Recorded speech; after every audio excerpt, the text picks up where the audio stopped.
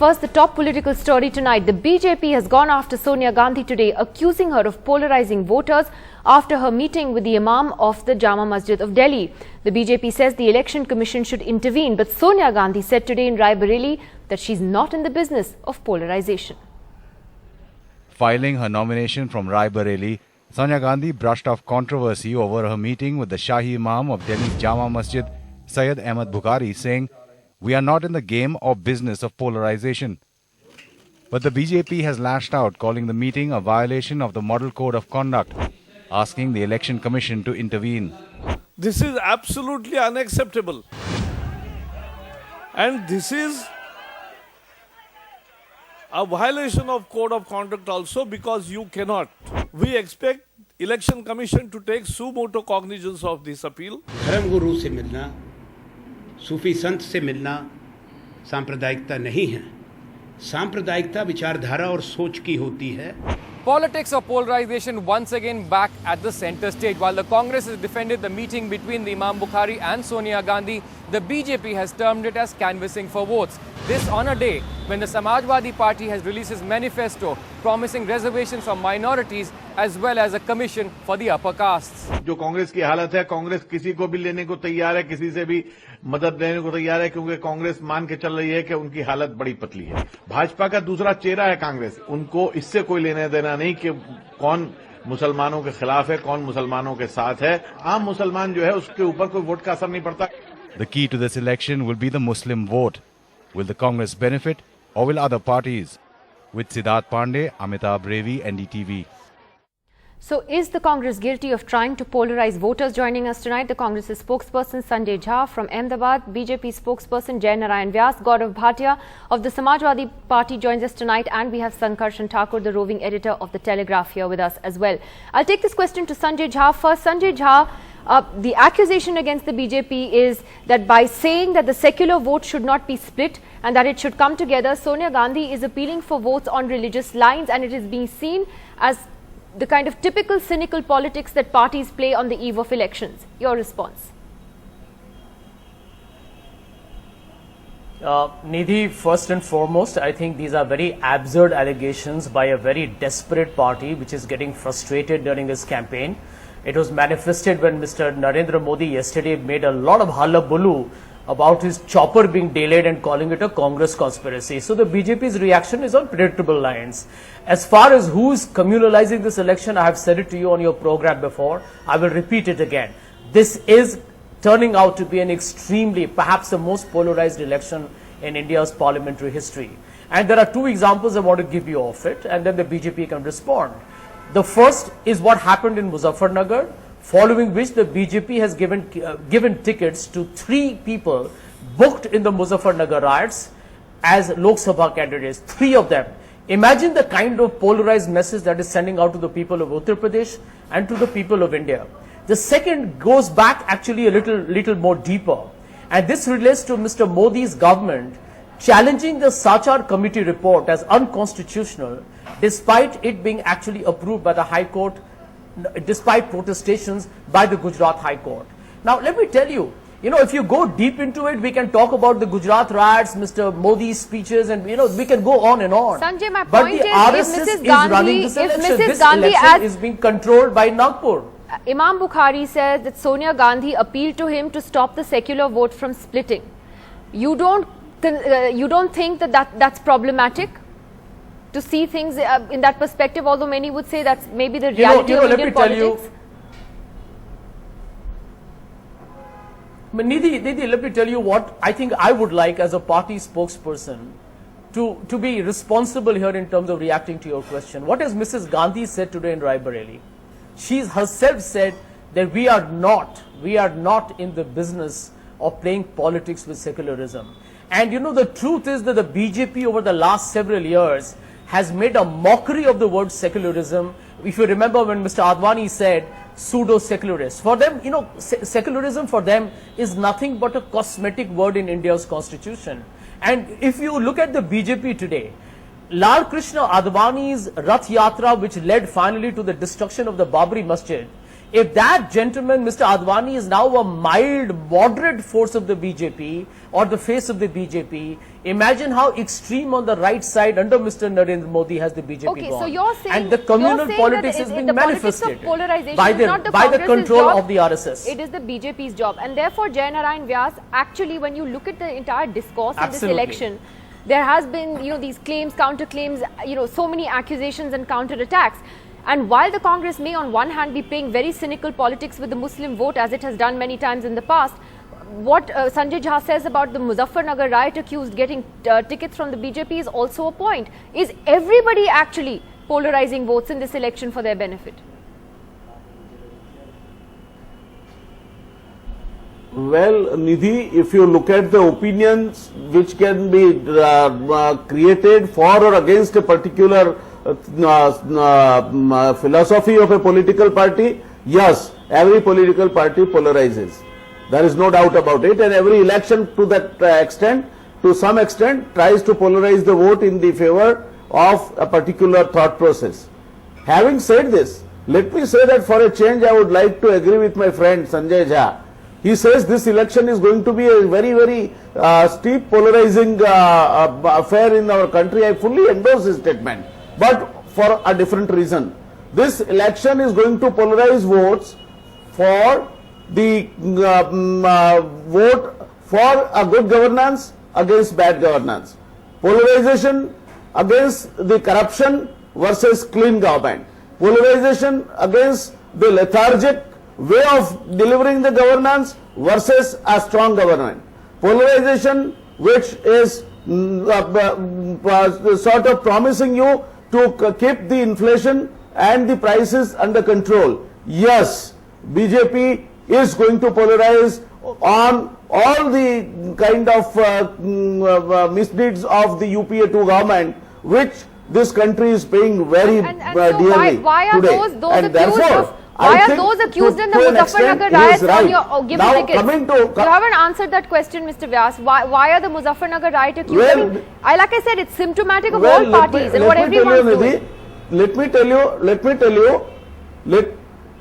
tell you that for a change, let us go beyond the definition of a polarization which in this country some segment of the people want, that there are two communities in this country which is having the largest population of Muslims in the world as the two separate parts or the poles apart, and therefore anything that is talked about them, if you talk about the minorities without naming them, you are polarizing as because you are not secular party. In that definition, secularism is only limited to talking about minorities. If you talk about minorities like the way Mulayam Singh does, the way Sonia Gandhi tried to do it, then you are a secular party.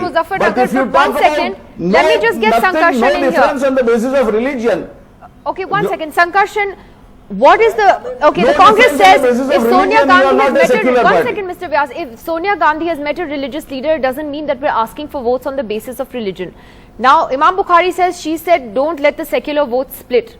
We talk about this all the time. In a sense, was she reflecting the reality of India's politics, or was it highly inappropriate and wrong? Nidhi, I'm a bit mystified that you've chosen to raise this issue now. First of all, I think it's a bit rich of the BJP spokesperson to talk in the name of secularism. We all know why I'm saying this. I hope so. Mr. Vyas will know that as well. I mean, this is a party that is in and out of Nagpur every other day. You look at the BJP platform, it's full of this Sant and that, this Nath and this, you know. I mean, does it even need to be said, Nidhi? I mean, the BJP calling itself secular or, you know, blaming the Congress for violating secularism, it just doesn't fit, Nidhi. It reminds me actually of 89, 1990 when, and this is an example probably you will think inappropriate, but when Lalu Yadav came and Mandal came, and when he started rallying the backward populace of Bihar against the upper caste in a very militant manner, I would say that, he was accused of launching caste war. Now the point is that when that war was silent and one-sided, and hugely sort of favored for the upper caste, or for thousands of years, there was no caste war. But when Lalu Yadav and his constituency began to retaliate, it was called caste war. I mean, listen, we are very polarized at the moment. Christ doesn't need to say he is Christian, although he actually began as a Jew. So we know we are actually very heavily polarized, and the population, the demography of India, will tell you. Does it make it okay for the Congress and the Samajwadi Party, for instance, which has talked about population-based reservation for Muslims in its manifesto today? Does it make what these parties do okay? I mean, the Congress talked about reservations for Muslims in the OBC quota, and that has also, created quite a storm when the UP elections were taking place. Is that cynical vote bank politics at the end of the day?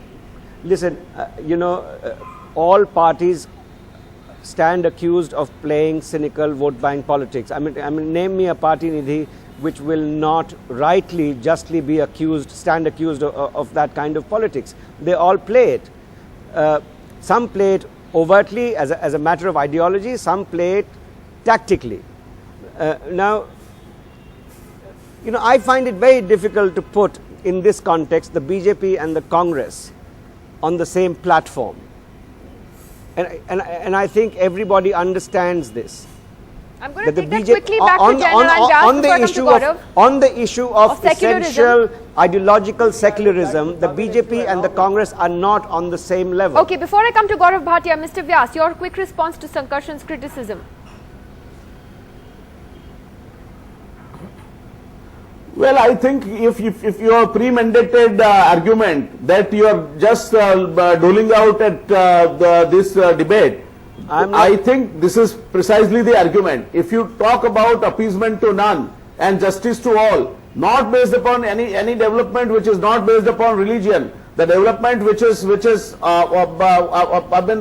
for everybody, every citizen of the state. That has been the committee report very conveniently, Mr. Vyas, day in and day out. The roads do not mean that they are meant for Muslims. The water supply doesn't mean that they are meant for a particular community. The hospitals doesn't mean that they are meant for a particular community. If the state grows, if you are able to see, the basics are the economic growth.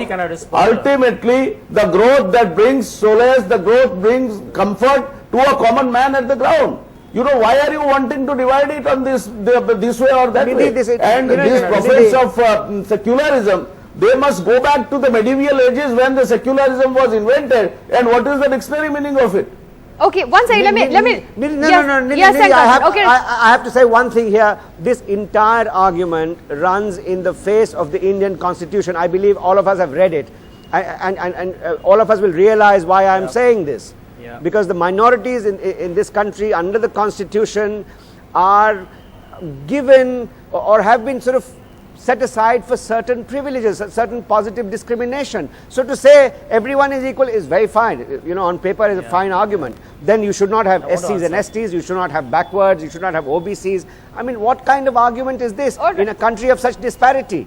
But Gaurav Bhatia, the Samajwadi Party, today the Congress faces criticism for Sonia Gandhi's meeting. The SP today in its manifesto also makes a lot of promises such as population-based reservations for Muslims. You have also come under criticism in the past for appeasement, as the BJP puts it.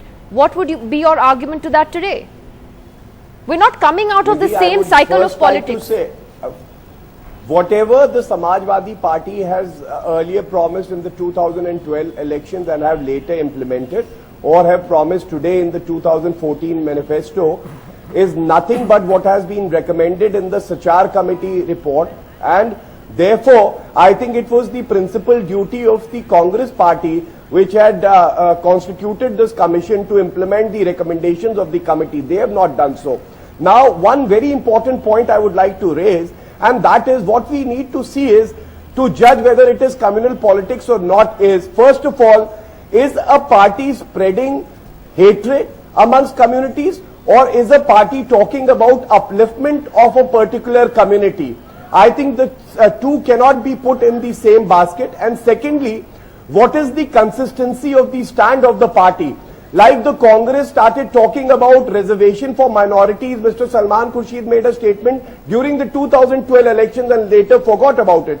The Samajwadi Party has been talking about various different groups, be it the minority, be it the OBCs, and empowerment for those. I think this cannot be compared to the communal politics of hatred of the BJP when they field 3 MLAs who have been charge sheeted, not just FIR, Nidhi. Please remember, they have been charge sheeted in those cases. Mr. Vyas did not answer that question. Ms. Bharti, Uma Bharti says Ram temple is an important issue for her still. So this is what divisive hatred communal politics is all about. And I think, you know, the same should be differentiated. And I'm sure you can understand what I'm trying to spell out. First is the consistency in the stand, that it is not happening due to elections. Second is the positive agenda. Positive agenda of upliftment for the backward, for the... Yeah, you made 2 important points. And Mr. Vyas, I again ask you for the 3rd time, what would you say about the BJP fielding the Muzaffarnagar riot accused and giving them tickets? You haven't answered that question. I will make one more attempt. Well, are they convicted? There are a number of people on almost in every party who Ashok Chavan Is Ashok Chavan convicted in any court, by any court? Why is Mr. Modi going after Ashok Chavan then? I mean, if that is the argument to be taken, then why criticize the Congress for Ashok Chavan? Nidhi, if I may just say so, that in their cases, these 3 persons have been charge sheeted. No, exactly. But they have not been convicted by a court. So Mr. Vyas, if that is the argument, then you can't go after Ashok Chavan either. This argument is altogether being used on a different plank. My point is... This argument is altogether being used on a different plank. In what way? What is being talked about? You know, politics of hatred. Come to Gujarat, last 12 years, no community has developed any hatred for any community. Every community lives in harmony. Gujarat has a riot-free record compared to Mulayam, compared to Akhilesh Yadav's regime. One second. More than 100 riots in last 1 year. Mr. Vyas is not really answering the question. Which is why Gujarat is a riot-free state today. Today that issue you are raising it is a sub judice matter. And I think that we have repeatedly told that it is solution either through the way of court or through the mutual understanding. Then this is our policy. We are very clearly underline our policy. This is our policy. Not like you that mentioned the name convenient One second. Sanjay Jha wanted to come in. Sanjay, the point is that every party is looking at vote banks, and just admitted, yes, Muslims are a vote bank for us. We're asking for votes in the name of Muslims. Say it. Let's just be honest about the way our politics is. I agree with that, Nidhi.